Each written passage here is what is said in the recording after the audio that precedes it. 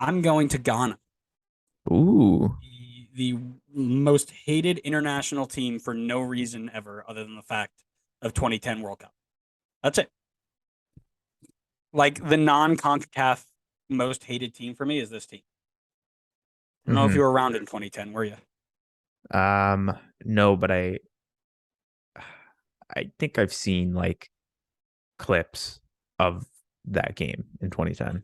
2010 was a nightmare of a World Cup. We'll go through it offline. It's that's I a good I history. You should. vaguely remember the 2010 World Cup. I was watching some games, but I didn't understand anything that was going on.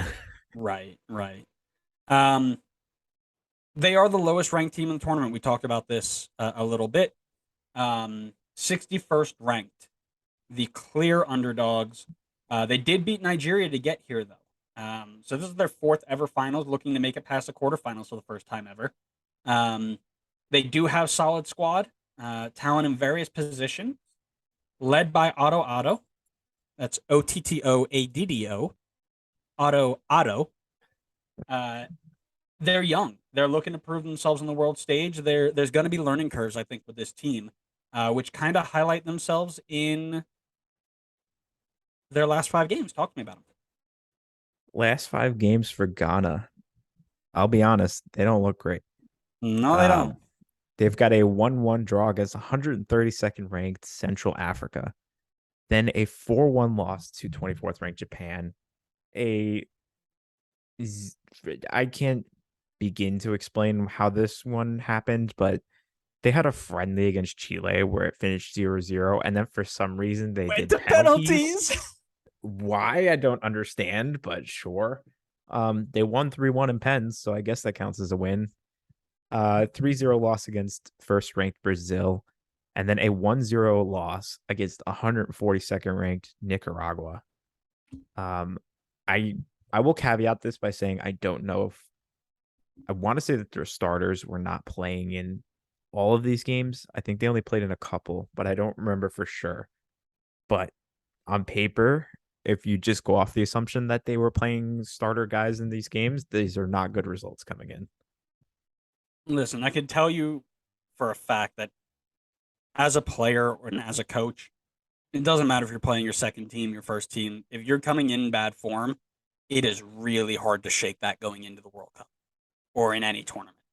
You like to have a couple of wins under your belt so that you can feel confident no matter who you go against. You know what works, you know what you can do. Um, that form doesn't speak a ton of confidence. Fatawu, Ayu, and Partey with the goals in that group of players there. And Thomas Partey is one of my key players. Wow, He couldn't have seen is, that one coming. no, he's a midfield engine for this team. He will run the show from that 6-8 spot. He's got very good passing. He's very strong on the ball. As we've talked about, he can nab a goal or two. Um, he's going to have some help around him, but his success is going to be very, very crucial to the team's success. He is the captain. He's going to be the focal point. You want him to perform well, and if he doesn't, the other players won't feed off of that. So, um, very, very important to focus on him there. Yeah, I had him on my list as well. That one, that felt pretty easy to put him on there. Next one on my list, he's the new boy for the Ghana team, Iñaki Williams. Uh, Ooh. Obviously, I would think if you've followed the sport enough, you've probably heard of Inaki Williams, or if you've played FIFA because he's incredibly pacey. Um, just recently switched to the Ghanaian national team, and was selected to play for them in the World Cup. I believe, actually, I'll double check that now, but I don't believe he's made an appearance for them yet. He has. He has. Okay. Yes. Oh I think yes, he's he got. has. He played in a couple friendlies. Yes. Um, but this will be his first real competition with the Ghanaian national team. And it'll be interesting to see how he transitions into the team, considering he only does have 2 games under his belt in terms of like getting any chemistry. It reminds me a lot of looking at the couple of key guys in Morocco as well. But Iñaki Williams has incredible loads of experience at the club level, 286 matches played for Bilbao. Um, he's pacey. He's pretty athletic.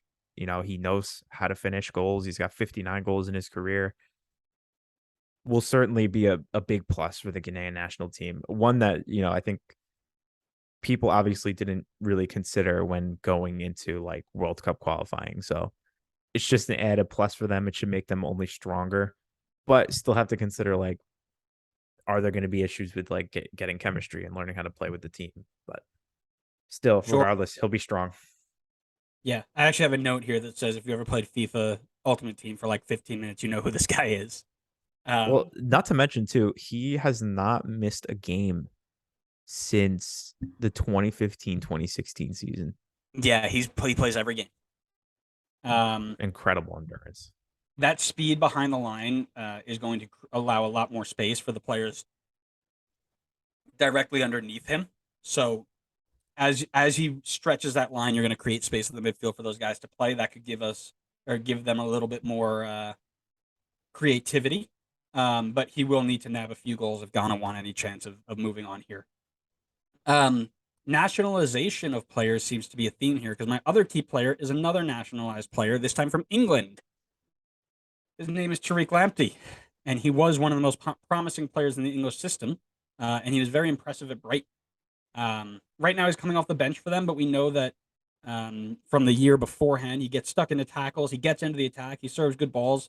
Um, he'll definitely fit into the team well, and it could be a very big break for him this year if he performs very well. So something to keep an eye on for sure is his performance um, in this tournament.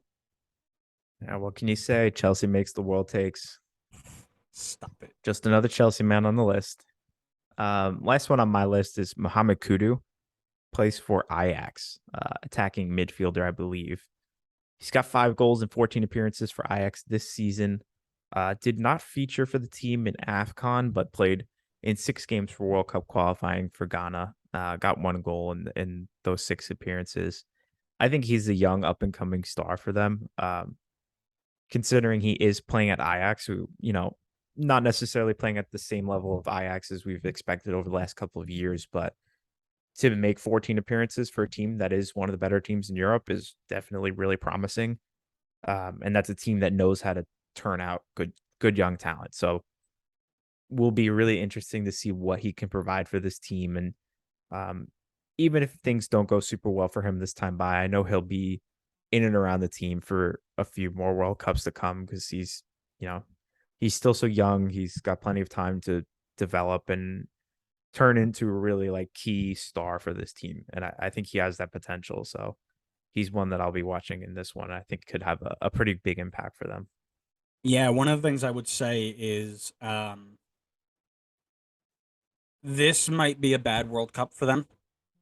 Just putting it straight out there, but they're being set up for a very very good um, future. I mean, they've got 22, 20, 21, 23, 18, 21, 22 year old in the attack. Their defense 22, 24, 22, 23, 23. I mean, they've got the potential that's there. So this will be a good learning curve for them, but it may go poorly. Yeah, How, I agree. how do you have the starting 11? I've got them in a 4-2-3-1.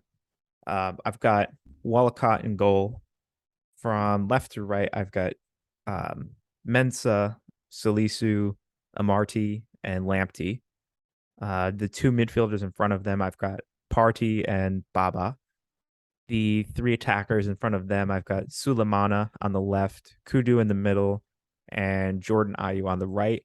And then I've got Iñaki Williams up top. So very similar for us. Just the back line has a little bit of tweaking. Um, I've got a Fori in goal in a 4-3-3. Again, as we've spoken about, 4-3-3, 4-2-3-1, basically the same thing. So I've got a Fori in goal with Baba Rahman on the left back, um, Amarty, Dejiku, and Lamptey in the back four, Kudus, Baba, and Party in the three, with Ayu, Williams, and Sulemana in the front three. So similar, just a little bit different in the back line. I went a little bit more experience. Salisayu with 2 appearances for this nation. Wolcott 11, where Afori has 25, and Dijiku has 18. Then you've got, I think I put Baba Rahman, who's got 46. You went Mensa, who had 12. So I just want a little bit more experience there. Sure.